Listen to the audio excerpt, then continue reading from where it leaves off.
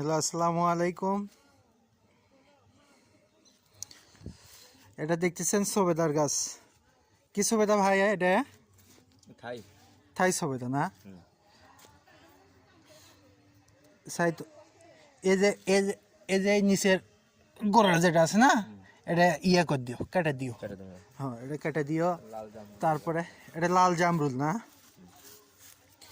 লাল জামরুল 12 মাসি। এটা হ্যাঁ একবারে ইয়ে হবি না? হ্যাঁ লাল কালার বড় বড় থাই এটাও থাই এটা জামরুলের ডালে এরকম করে বিচ্ছে।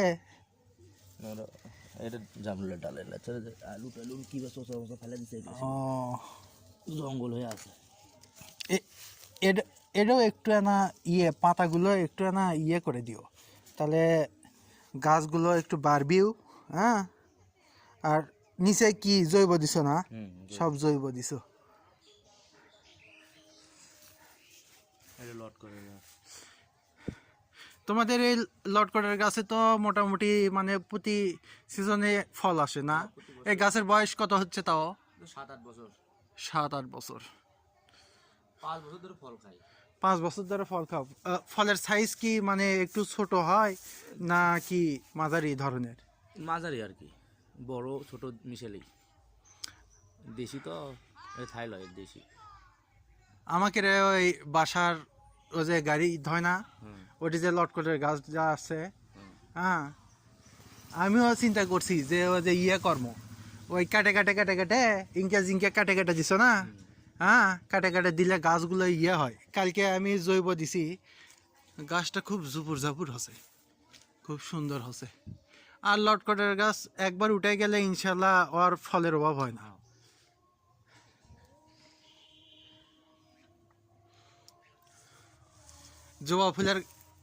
জবা ফুল দেখলাম অনেকদিন পর। এই জবা ফুলের বয়সই তো অনেক।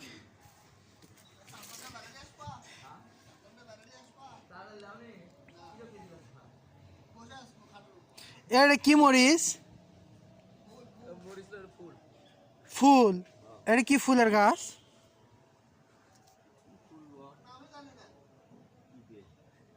দেখতে দেখতে মরিচের কলির মতো লাগতেছে গো। আচ্ছা, অনেকদিন পরে বরব্বুর বাসায় আসলাম। ফুলগুলো কত সুন্দর লাগতেছে।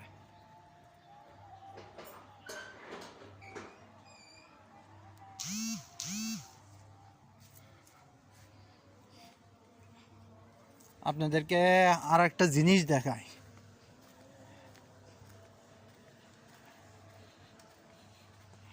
দাঁড়ান,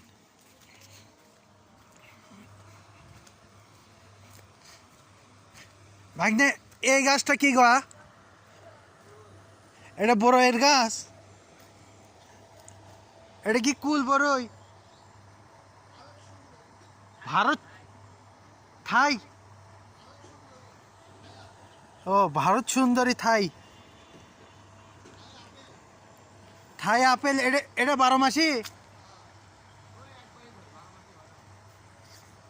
ওই দেখেন, ওই দেখেন, আপনাদেরকে জুম করে একটু দেখাই। এটা গ্যাস পাম্প। গ্যাস পাম্প বলতে গেলে পুকুরের মধ্যে যদি মাছের আধিক্য থাকে এবং যদি বেশি ইয়ে থাকে, তাহলে এই পাম্পটা চলার কারণে এই যে ঢেউয়ের সৃষ্টি হচ্ছে, এই ঢেউয়ের সৃষ্টির কারণে মনে করেন মাছের উর্বরতা বা মাছের বাড়তি বড় হয়ে যায়। হ্যাঁ, আর খাবার পরিমাণও একটু মনে হয় কম লাগে। হ্যাঁ, দেখেন খুব সুন্দর লাগতেছে দেখতে। আর দ্বিতীয়ত বিষয় যেটা হচ্ছে যে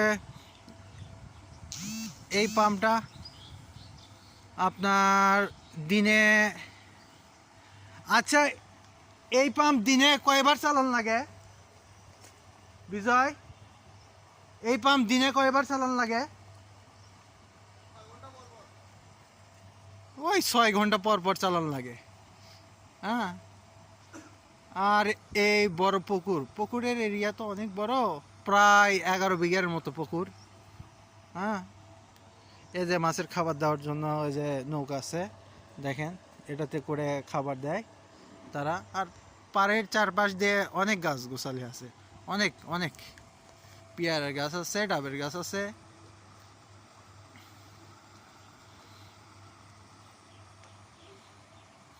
অনেকদিন পরে আসলাম, অনেক ভালো লাগলো এই পরিবেশে আসার জন্য। আল্লাহর কাছে লাখো কোটি শুকরিয়া। আর যদি ভালো লাগে লাইক শেয়ার কমেন্ট করে পাশে থাকবেন। আর যদি মন চায় যে ভাইয়ের সাথে আসে দেখা করবেন, ইনশাল্লাহ আসবেন। আমার এই ভাইয়ের বাসায় আপনাদের বেড়াতে নিয়ে আসবো। এই পাশেও পুকুর আছে, এই পাশেও পুকুর আছে, হ্যাঁ এই পাশেও পুকুর আছে। আর গাছের অভাব নাই, বড়ি গাছ, লিচু গাছ, তারপরে এই দেখেন আমড়া গাছ। আচ্ছা, আল্লাহ হাফেজ, ভালো থাকবেন, দোয়া রাখেন ইনশাল্লাহ। আসসালামু আলাইকুম রহমতুল্লাহি ওয়া বারাকাতুহু।